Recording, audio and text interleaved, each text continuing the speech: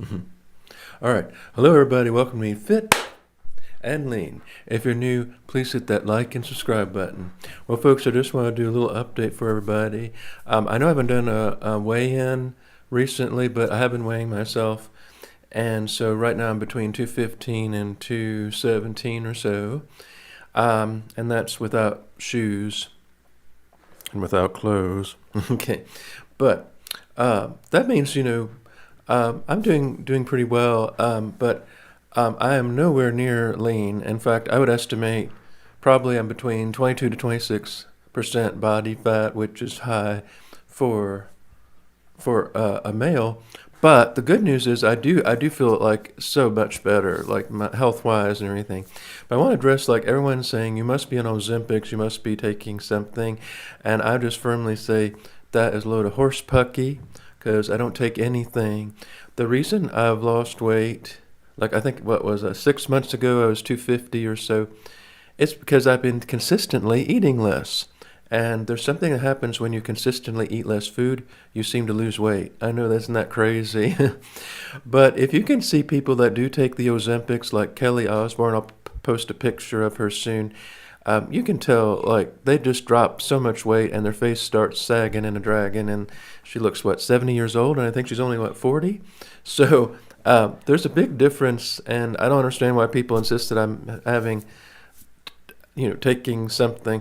All it's called, folks, like, I think the Lord actually blessed me with a stomach ulcer because basically I've had, these symptoms and I got to do an endoscopy soon and drink some barium, but that's what they're thinking. I have a stomach ulcer and possibly a hiatal hernia. But anyway, that's going to make it so that your stomach acts up. You don't want to eat as much. And when it gets consistent, then it's easier because all of a sudden, your physiology changes and you're not hungry. And I can't even look at one slice of cheesecake, much less three. So I really can't eat the way I used to for my health. I don't want to feel like I don't have my heart a fluttering if I decide to go have a whole bunch of fattening food. So I'm on the Mediterranean diet, and I've cut out sweet tea. I've cut out all forms of caffeinated beverages. I don't even have coffee. Of course, I like mine black, but see, I'm not racist. I like my black coffee, and I cut that out. And I don't have sweet iced tea. I don't have, like maybe once every 2 months or something, I might have a little cookie. But basically, I have to eat a certain way or else I feel terrible. And that's a blessing in disguise because I asked the Lord, I said, Lord, I do not want diabetes. Please spare me from diabetes. And at the rate I was going, I was headed in that direction. Now, they did one of those A1C tests, and I was like 5'6" or so, which is right on the borderline between almost pre-diabetic. Thought, I better do something because I don't want to end up. So, I talked with my doctor and said, so I just cut out ice cream. I don't have ice cream. I don't have any of that stuff. But I don't really miss it. I really don't miss it. And now that I'm starting to look a little bit less disgustingly fat, it's motivating me to get down to leanness. I thought it'd be harder, but actually it's getting easier. The leaner I get, the slimmer and trimmer I get, the more I want to be lean. So I would think at this trajectory, if I maintain the muscle mass and everything, I think at 180 pounds, 180, I would be possibly like 12% body fat, which would be incredible.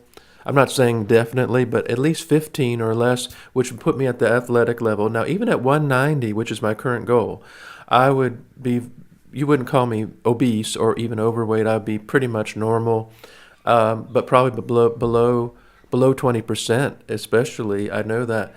But when you're so obese, you have no idea what you're going to look like. And I guess for some reason I thought, because this is the lowest I've been since 2010. In 2010, I was about 215.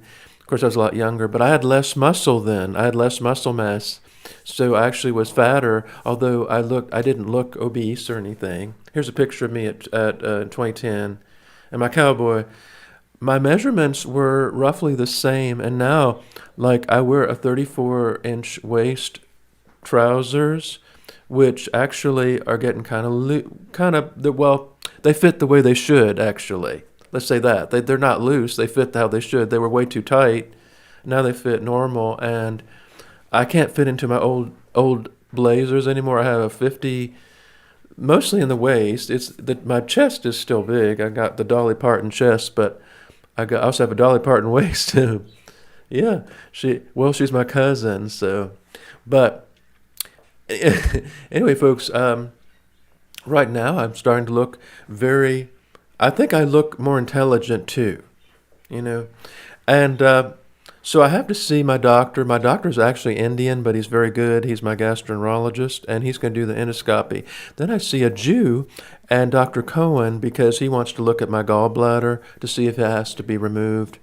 Now, I don't think I want to remove my gallbladder because I've heard a lot of bad things about doing that. So I was like, well, if I can keep my gallbladder, that would be nice. Although I have been having gallbladder symptoms and sort of like a pain in your right side and a lot of gas. And so the doctor says, well, that might be the culprit. And that can also cause itty-bitty tachycardia. So my health issues have actually helped me lose weight, although I would have liked to do it in a non-health issue way. But and I haven't been doing heavy weightlifting, but now I can do, remember when I could do barely one pull-up. Now I can do 4 pull-ups all the way. And that's impressive because I'm over 200 pounds, and most of these so-called athletes, they're like 150, 160 pounds. They're not pulling much weight. That's not very, they can do 10 pull-ups, but 150 pounds, that's nothing. But when you're 215 pounds and you can do 4 pull-ups, that means that you're pretty strong. And so I think that's a good measure. But anyway, folks, I'm very encouraged to keep going, and I feel like the Lord has blessed me with a stomach ulcer, which actually in turn has helped me to lose weight and avoid possible diabetes in the future. And what I do is I'm basically on the Mediterranean diet, so I'm not eating a lot. So I just, like last night was Friday. I'm not even Catholic, but I had fish. And then, well, I'm Anglican Catholic, I guess you call it. But, I'm not one of those Catholics. But I had fish and rice and beans, and then eating a lot of fish. I'm actually staying away from red meats. I know everyone's into the carnivore diet, but I actually avoid the red meats. I don't have a lot of meat. I have a little bit of meat, when I want some, but I stay mostly to the chicken. I'm just not a big fan of the meats. I don't want a lot of meat. It's kind of hard for me to digest too, I think, with my irritable bowel syndrome, because that's another thing I have. And so a lot of people say, well, wouldn't you have lost weight by, you have anxiety. This is what the Lord showed me, is that my anxiety was making me overeat. So when I stopped overeating, I didn't have food as comfort, but then it went the other way where my anxiety was making me not want to eat. So it's sort of like a role reversal. Anyway, folks, that's where I am now, and I'll be doing some more weight updates for you. I'm going to buy a more accurate fat measuring machine thing because it says my muscle is only, 32%. I don't think it's accurate. I think that it's a little bit off. But anyway, folks, we can do it. We can do it, folks, because if I can do it, anyone can do it. If I can lose weight, anyone can do it. And when I started this channel 3 years ago, a lot of people scoffed and said I would never even lose 50 pounds. And here I am. And I feel like this is, this will encourage others because it really is it is an uphill battle, especially. But I hope you all enjoyed this update, and go to my website for more information at meatskeletsplace.com. And remember, folks, say a prayer for someone special today. Toodaloo.